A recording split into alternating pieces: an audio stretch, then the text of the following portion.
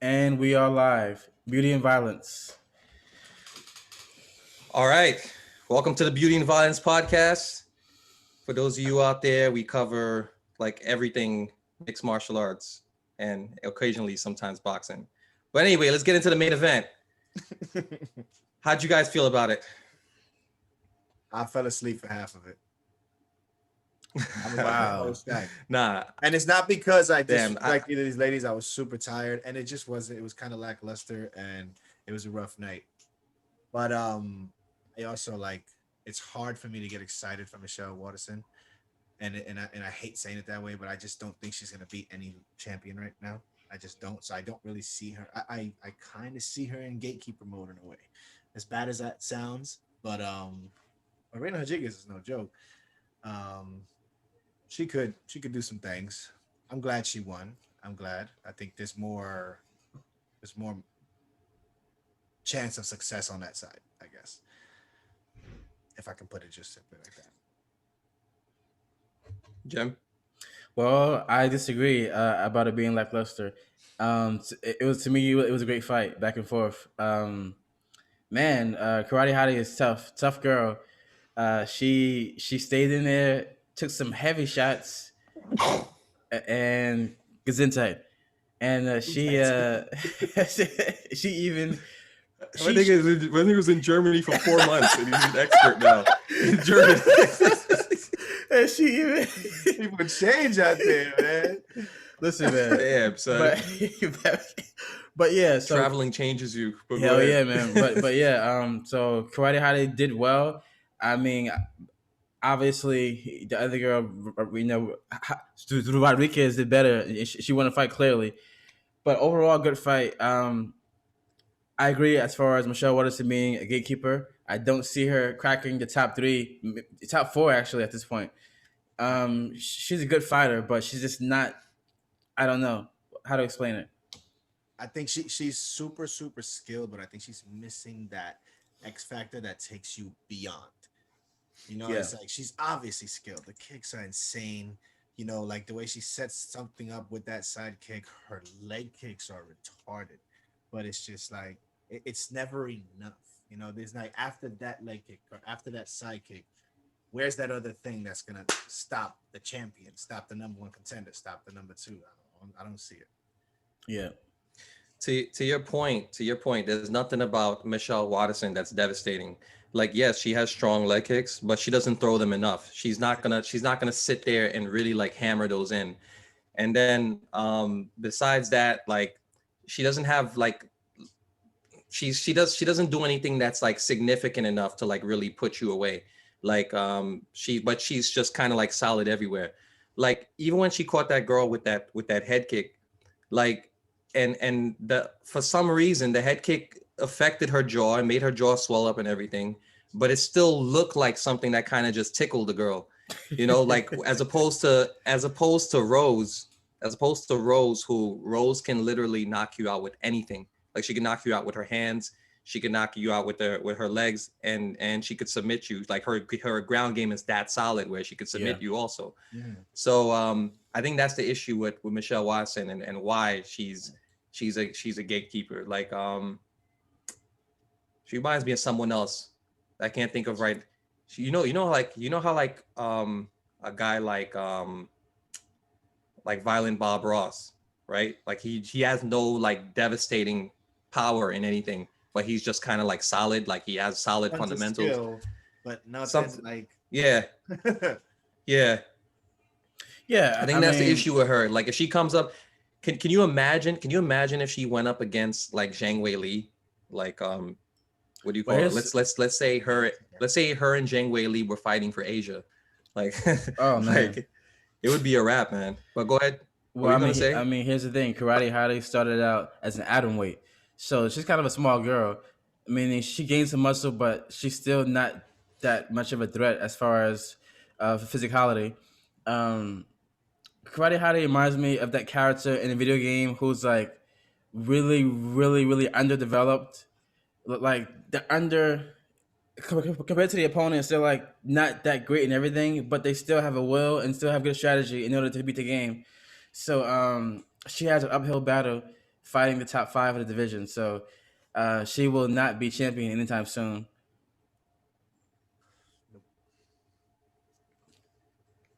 I agree. Speaking of which, like, there's another fighter that has reminded me of her for a while. Like Neil Magny, right? Neil Magny is another guy who I feel like doesn't have like devastating power anywhere, but I don't know. There's something about him where he has somehow made his cardio and his output even more of a weapon. Like he's starting to head into I wouldn't say like like max territory, but I would say like a lower version of something like that. Like a Max Holloway type of thing, but a lower version of that. You know what I'm saying? Like, cause he has crazy output now and he's using his cardio even more as a weapon. Like for him to beat Jeff Neal was for me was like pretty shocking. Like I thought for sure Jeff Neal was just gonna stalk him and just knock his block off. Kind of like Ponzinibbio. But I don't know, man. Neil Magny's looking more and more like he can go with people at the top. So I want to see him and Luque, to be honest. After that performance, I want to see him and Luque. Well, okay, so here's the thing about Neil Magny. Like I said, I can't wait to hear what John says, but go ahead. Yeah, I can see him like nah. listen. I agree with you actually. Once again, he reminds me of like Tim Duncan. He isn't too fancy, but he has good fundamentals and he knows how to work distance, do various strikes. Doesn't take too much damage and uses cardio to wear you out and tire you out. I think that the experience. I think that when he lost to what's the guy's name again, Ponzinibbio, when he lost to him, he got even better. So I think the experience also can carry him to be a competitor for anybody in the top of the division. I think that Luque, listen, I think that he can actually gas out Luque as well. I think that the pressure and the amount of strikes and the output will gas out Luque. Luque has to hit you clean. It has to be able to land on you. And I think that if Jeff Neal wasn't able to do so, Luque won't be able to either. Y'all know I'm hot on Luque. I feel like Luque is gonna challenge for the title one day, and I think that's backwards thinking on Luque's end. For Magny, that's a great fight to take. I just don't think it's smart for Luque to take that fight. I think he deserves up, not down, in my opinion. The man doesn't lose. He's so fucking good. I think Hamzat calling him out is a great idea. Him versus Hamzat gives Hamzat that extra time to get the COVID out of his veins, and then bam, they go at it. And I think I'm excited for that fight because he ain't tiring out Hamzat if Hamzat is the Hamzat of old. We don't know because Hamzat, he's just a monster. Who knows? But I like that fight more. I think Luque needs to look up, not down. Yeah. So, put some respect on my man's name. Right? Well, let's not. Okay, so as far as Hamzat goes, let's not create a built-in excuse for the COVID stuff because if he wins, we're gonna say, "Oh, Hamzat is still back." If he loses, maybe it's the COVID. Yeah, that's built-in excuse. The man went through something that literally made him think he was gonna retire. He did, but honestly, from what I'm hearing. He's back to 100%. So, let's just take him as being. But no matter what, that's going to be there until his first fight is done. So whoever he fights first, that's going to be the narrative. It is. How much did that hurt him? How much that time off hurt him that this guy fought every 2 days? Like a lot of shit is going to be brought up no matter what. I mean, I heard Leon Edwards had it pretty bad too, but he came back and did what he did to Bilal Muhammad. So that's what I'm saying. And keep about it until his first fight. They're going to have to. Yeah. Keep this in mind. Your favorite fighter of all time tore his ACL and beat Max Holloway, one of the greatest featherweights of all time. Who's my favorite fighter of all time? Conor McGregor. Conor McGregor's ACL was torn, bro. Conor McGregor is not my favorite fighter of all time. Right? But come on, Conor's not your favorite fighter of all time? Fighter of all time? No. Yeah. I've been a boxing fan more than a no, like MMA fighter. Favorite MMA fighter of all time? That's tough, man. Bro, I feel like if Conor was fighting John Jones, he would go for Conor. I would because he's so much smaller, not because of any kind of popularity thing. That's So a I good was question, but I can't speak on it right now. But that's a good question. I'm gonna think about that because remember, I nut hugged a lot of people before Connor, so it's like that's tough. Connor's just the now. Okay. So let me think about that. You could be right because I'm not at the moment, but was a major Connor could do no wrong in my eyes at one point. So we'll see. We'll see him going forward. um is it time for Cowboy to retire? Um Yes. and I asked this because he's come up short in like the last six fights. Six fights. Like people don't realize that. Like and it's crazy to me when I saw like his record because like it usually takes like 2 years for like six fights to happen if you're like really active. So he's on a crazy streak, right? He's on a crazy losing streak right now. And he also looks frantic in there. He doesn't he looks like a guy who's heading in that direction where fighters get domesticated at some point, like kind of like what's that guy's name? BJ Penn. BJ Penn, when he gets in there now, he doesn't look like a savage anymore. And I see the same thing with Cowboy. And Cowboy, even in the interviews, it seems like he's talking himself up, like he's saying, I said this last time, but I didn't show up. So Yeah. I believe it this time. So if you're questioning whether you believe your own self, I think it's getting close to that time. John. I've been thought he should have, if not retire, I think it has been time for him to leave the UFC. I think because where Donald Cerrone is at with the UFC, he's not going to get regular opponents. He's just like, I mean, look, I'm gonna read off. Look at this: Nico Price, Anthony Pettis, Conor McGregor, Justin Gaethje, Tony Ferguson, Ally Quinter, Hernandez, Mike Perry, Leon Edwards, Darren Till, Robbie Lawler, Jorge Masvidal. The guy don't get a break. He don't fight regular people, you know. So yes, he's Well, on he a was about to fight Diego Sanchez. Oh huh? yeah. He was about to fight Diego Sanchez. Let's not. We should save that for later. Yeah, That's just a whole nother like that's taking over the MMA world right now. Poor Diego. But it's just the man don't get a break, and I just don't think he's on that level no more. Period.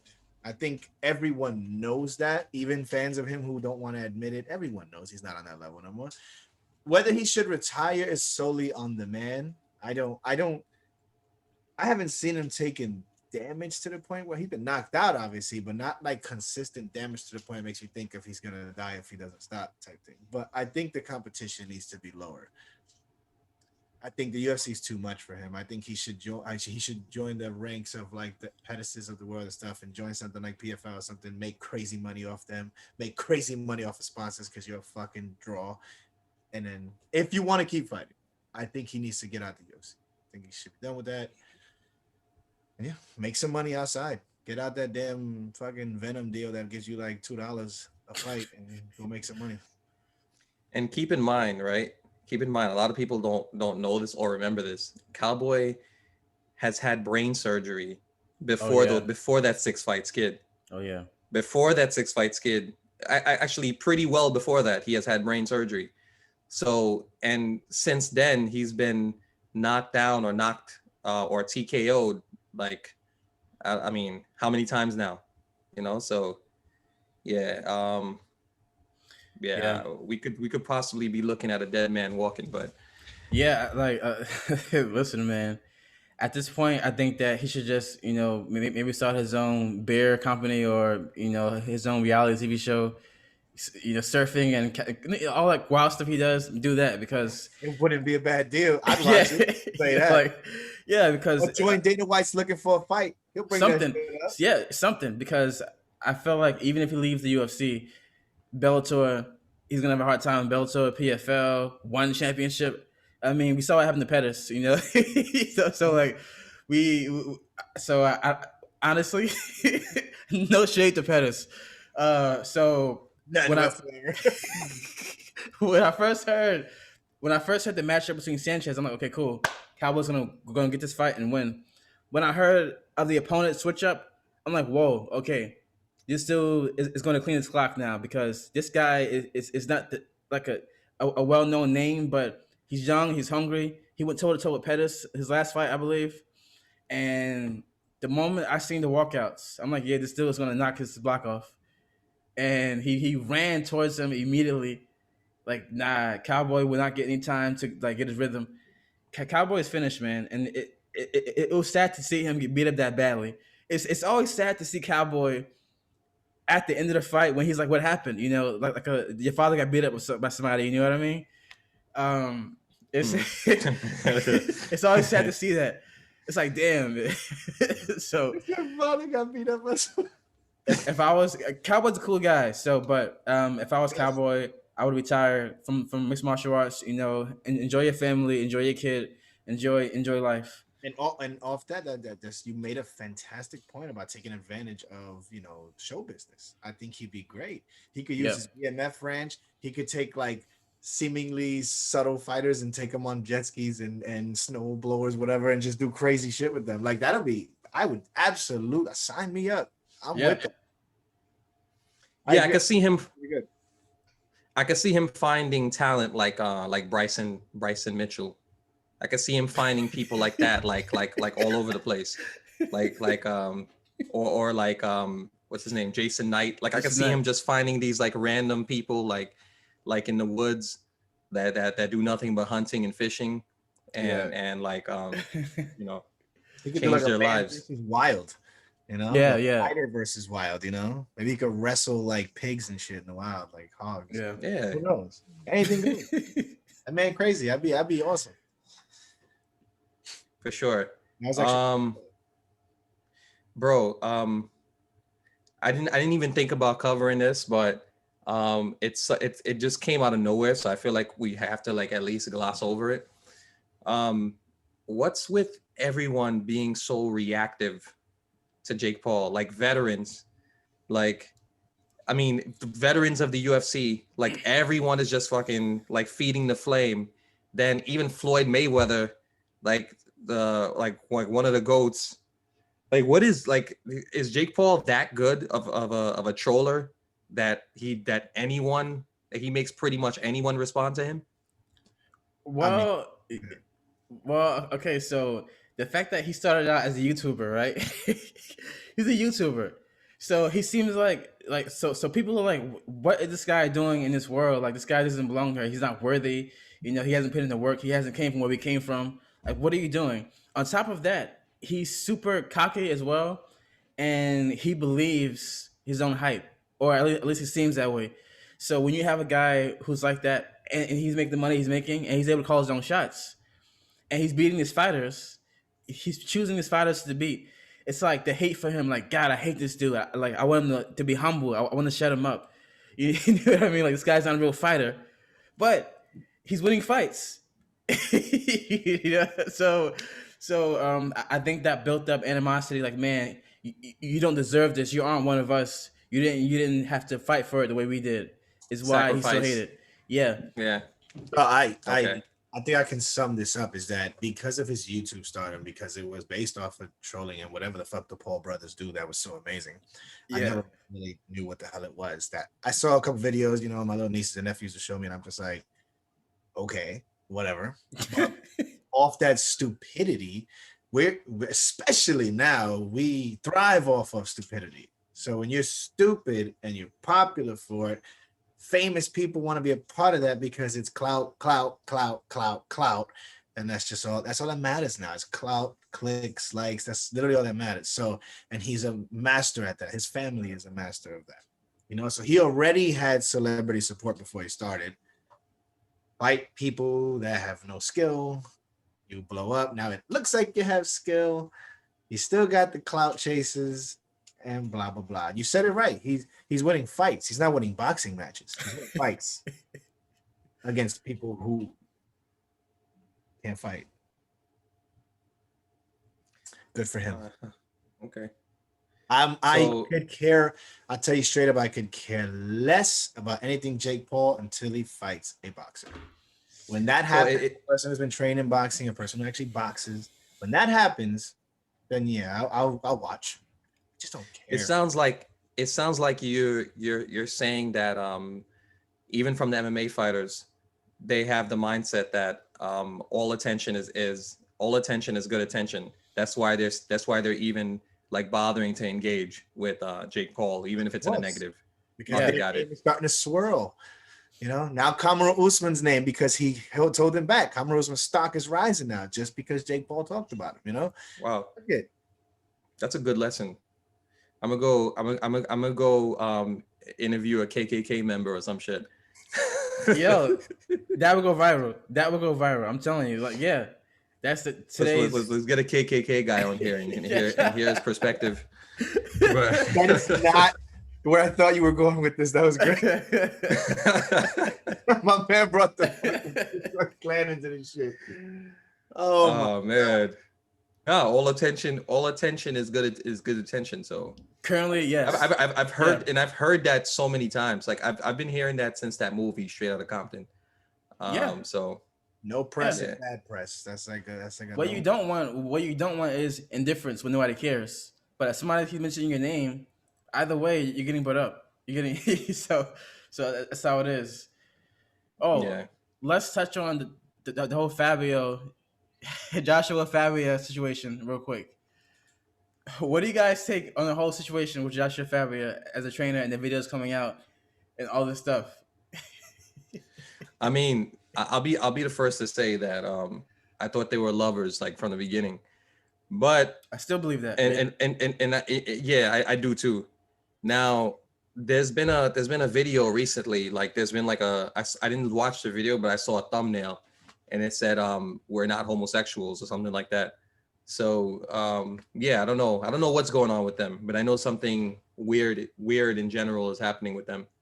Well, okay, so with Joshua, right? Even though he said that, what he might be doing, he might have made Diego believe it's not gay.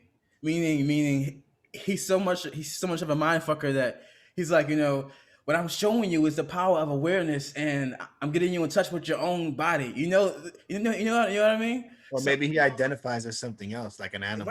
Right. He's like, I'm not human. I am a tiger. So it's not homosexuality. It's bestiality. I'm entering your spirit, not your. You know what I'm saying? Like, yeah, but anyway. But now he's accusing Dana White of like sleeping with the female fighters and all this stuff, and that could be a lawsuit, to be honest. So, what happens now? I mean, the more concerning thing is Diego just doesn't seem like someone who's mentally stable. Like I think there's been some kind of wiring that's messed up in his brain, from all those knockouts or whatever the case may be. So yeah, when you listen to him speak now, he doesn't sound like someone who's stable. Hasn't for a while. Yeah. But that's the fear of it, because anyone who's paid any attention to this and listened to this man. So I've watched multiple places where he's talked to people. I've watched his old interviews where he's talking. Everything sounds cult-like, And who are the ones that are victims of this? Mentally either weak or unstable people. Those are people who go into cults.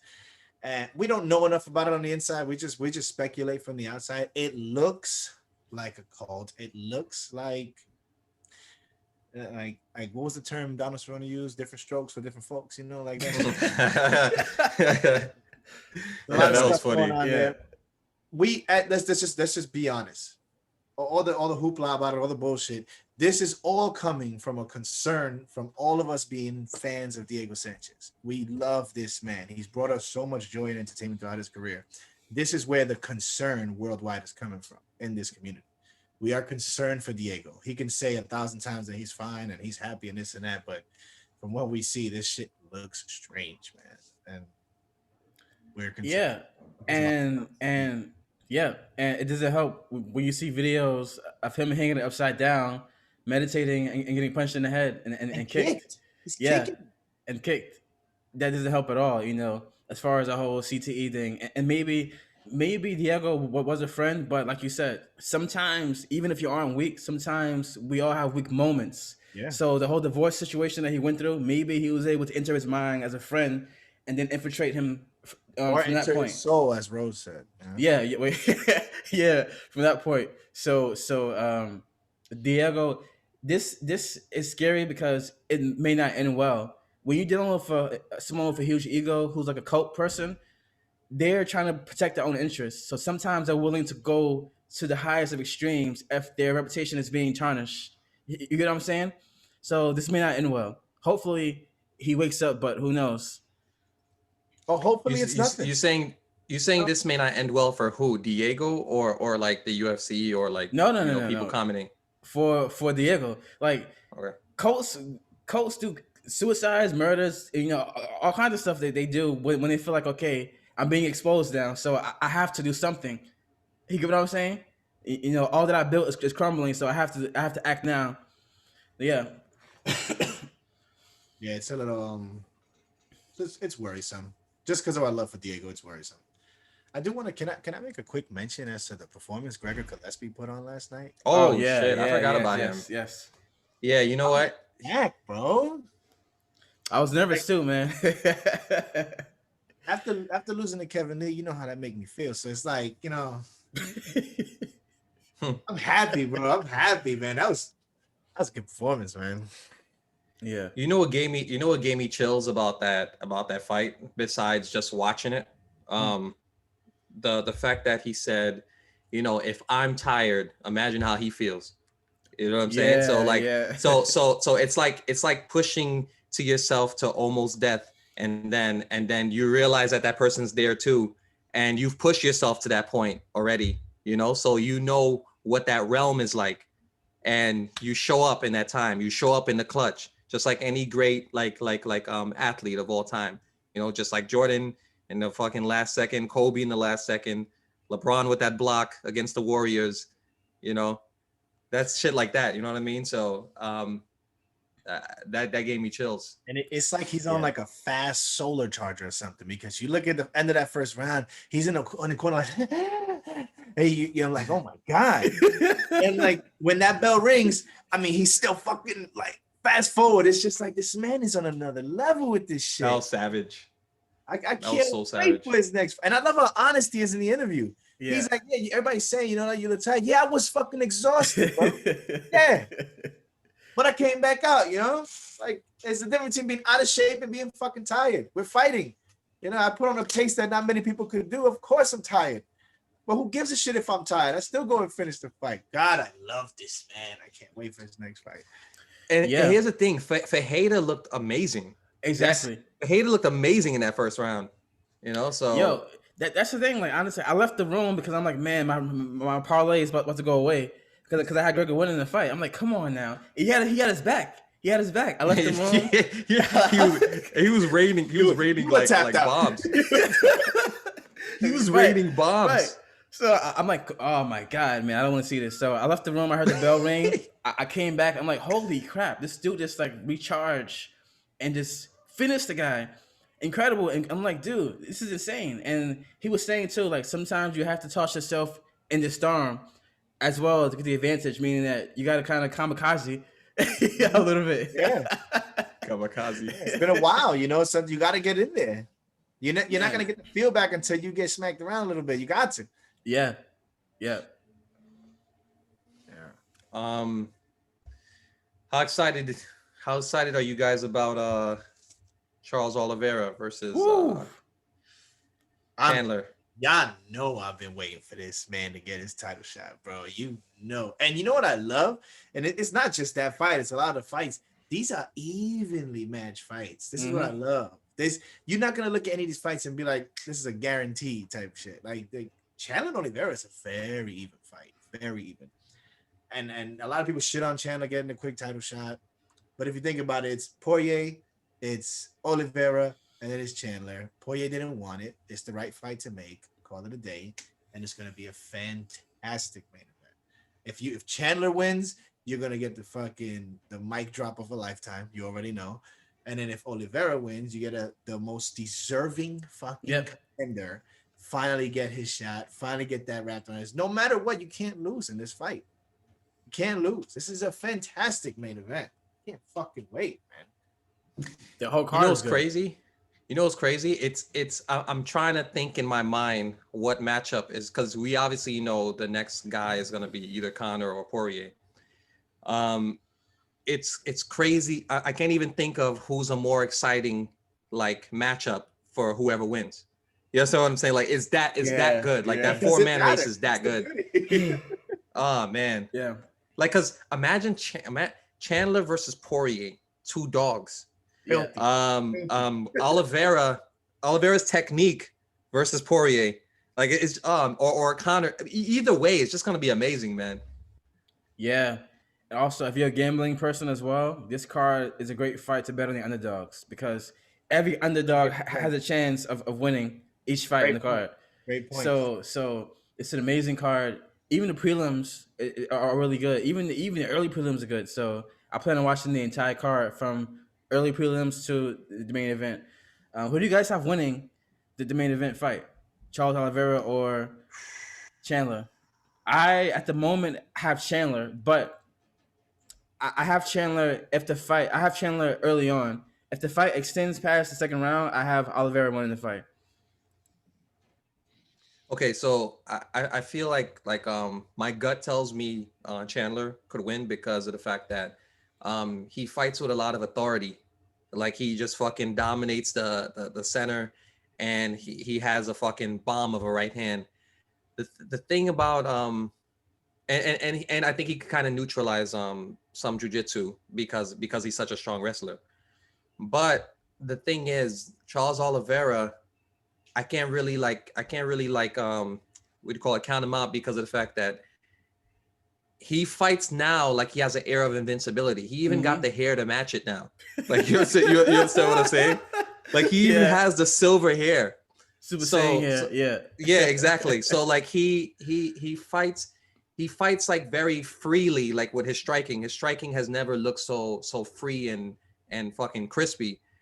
Then he's not like a normal level black belt. Like, he's like a crazy level black belt. Like, so man, that's such a close fight, man.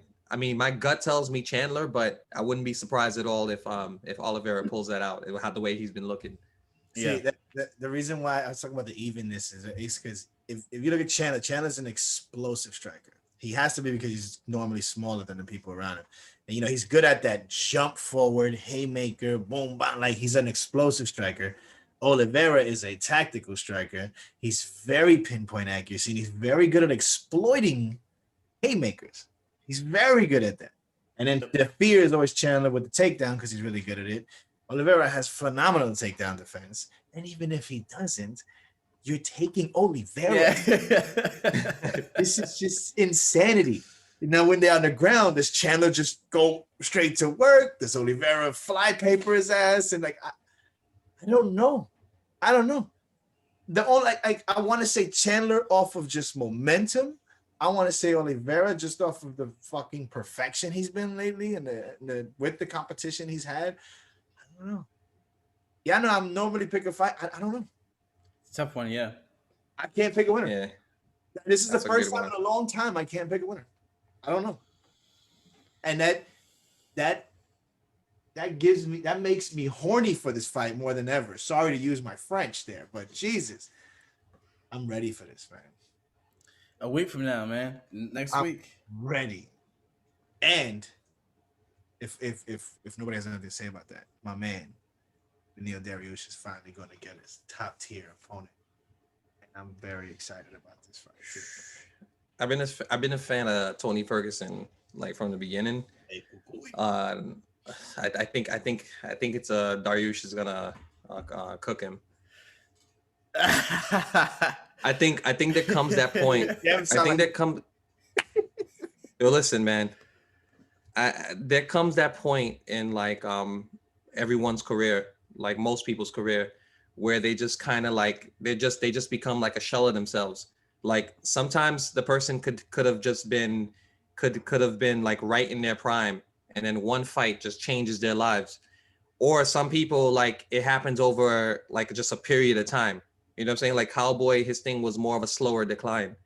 I feel like Tony Ferguson is one of those fighters who goes on like a crazy decline because you got to mix in the different factors. It's the fact that he's won all those fights, but he's got dropped a lot too in the past. And then, he was like what, 36, 37 when he fought Justin Gaethje, and Justin Gaethje gave him some life changing shots.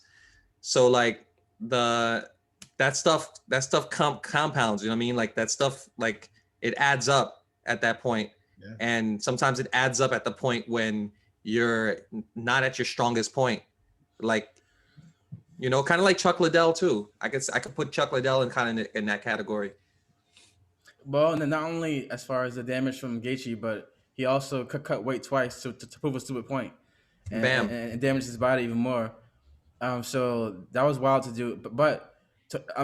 So my fear here is this: Freddie Roach is now training with Tony Ferguson. So Ferguson is training with Freddie Roach, which might help his boxing. However, those leg kicks. I have a feeling Dariush is gonna tear up those legs and like pick them apart. But maybe Ferguson has some kind of resurgence and we see a different Ferguson at least this one time, like a spark. But Dariush is the wrong guy. It's the wrong guy to like fight against now. So we'll see what happens, man. I honestly want Ferguson to win, to be honest. But man, he has a tall task ahead of him, man. That's the beauty of this is that I've been talking about Beneil forever, but it's just like if he's gonna lose to anybody, I'm happy for him to lose to Tony. So it's like, and this is another kind of even matchup, if Tony shows up. Yeah. Tony shows up, this is gonna be a hell of a fucking fight, and it's just gonna be another war to tear down Tony's brain. But this is what he loves to do, so it is what it is. But like to your point, he's been in a lot of freaking wars, man. Like they always show. Remember they used to show that thing his last 12 opponents and how beat up they were. Yeah. Tony wasn't scot free on all those fights. He got hit a lot too. So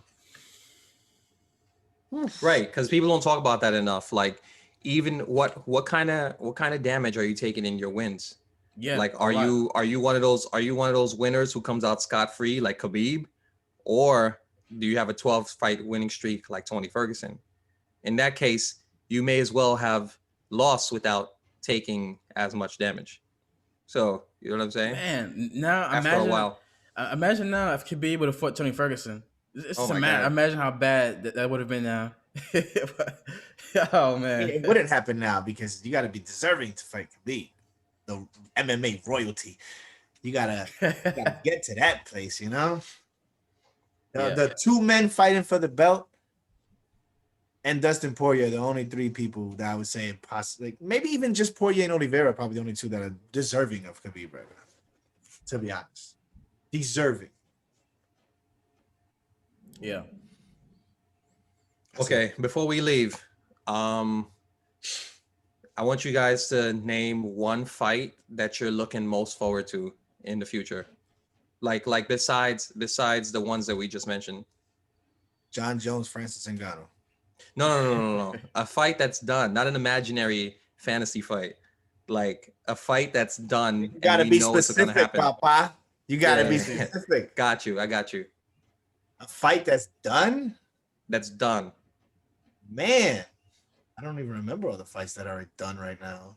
Okay, I'll tell you guys mine, and then so mine is Corey Sandhagen versus Dillashaw. Of course, yeah. That's a good one. You sure you ready for that fight, Rose? Man, I was born ready. Okay. You ready for the consequences that are gonna come out of that? I'm gonna go walk on some sand like later on. And build a fucking sandcastle. You know what? I think I agree. Yeah, I agree. Now the Rock fight. Oh, let's not forget Brandon Moreno versus Figueiredo. That's gonna be an insane fight too. But Yeah, actually, you know what? No, I don't agree. Actually, mine is Leon Edwards versus Nate Diaz. That's my fight. That's a very, very interesting fight, man. Yeah, Very interesting. Because Nate Diaz is a fucking zombie and he's gonna fucking stalk This dude, he's gonna stalk him and slap him Damn. constantly. There's something about that Stockton slap. Like even when they can't land anything else, they're landing fucking Stockton slaps. Like I don't understand that shit. Like Nick Diaz was fighting Carlos Condit. He was getting cooked by Carlos Condit, but he was still landing slaps. So like, come on, what the fuck you doing? He just slaps the shit out of him. Like, how are you landing that, but you're not landing anything else? Oh, man. Yeah, but That's tough. Yeah. Obviously, you know I'm looking forward to Killer Shaw and Sandhagen, but that's that's for our friendship and I think his friendships are on the line. no, just public embarrassment. That's all. But we have to watch that fight together. You understand that, right? In a public place with a lot of people, it has to be done. I'm gonna be honest. I would say Adesanya Vettori too. Okay. Because the first fight was very close. Yeah. Vettori's looked outstanding since. Adesanya's looked outstanding since in middleweight. And even in the fight with light heavyweight, he still looked great. But I think it's a tough fight for Adesanya, and we're not talking about that enough. That's a very scary fight for him. Especially the fact that Vettori knows what he's walking into this time. So I'll say this: the reason why I don't really have any worries about that fight is because of how Holland looked against Vettori. Now, granted, Holland got dominated by Vettori. Every time they were on the feet, he was like cooking Vettori. So I think Adesanya is an even better striker, and he doesn't overcommit like Holland, and I think he actually has wrestling defense. So I think Brunson is just as good of a wrestler as Vettori, because Brunson has taken down people like Yoel Romero and all these other guys that he's fought. So I think Adesanya. Brunson also didn't take Adesanya to a split decision. That's true. I'm saying I think Adesanya was green during that time. Like even when you look at his debut against Wilkinson, like yeah, he won that fight, but it wasn't an amazing performance. Like look at what he did to Robert Whittaker compared to what he did to his debut fight. Like his debut fight was okay. I think he was kind of Adesanya is the guy who rises to the occasion. So he has gotten better with each fight, in my opinion. Yeah. Well, we have to remember also that Vettori is learning. No, for real, yeah, that's true. He's gotten way better since then. Yeah, but he's also going to learn from that Holland fight too. And keep in mind that Holland was a last-minute replacement in that fight too.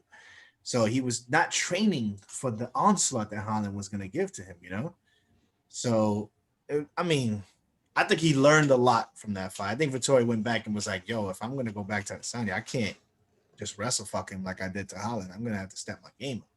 And I'm sure he's bringing in people from everywhere. He's felt what it felt like to be in with an ace like Holland. He felt what it felt like to be in there with greatness like Adesanya. He knows what he's walking into. There's not going to be no fucking slouch walking in there. Maybe. I predict that Adesanya smokes Vettori in the first round. First round? First round. First round. I ain't mad at it. I ain't mad at it. I say round two. Yeah. I say if Adesanya wins by finish, it's going to be 4 or 5. I think Vettori is going to hold him off. Okay. If he wins by finish. Oh man, I'm excited about this now. Yeah, same here. All right. Stay tuned. Next week. We'll bring you more violence. Also, happy Mother's Day to all the moms who are actually moms and not out there chasing men or out there doing crazy stuff. Like this young lady right here. Happy Mother's Day to you too. Yes. All right. Peace out. Peace out, fellas.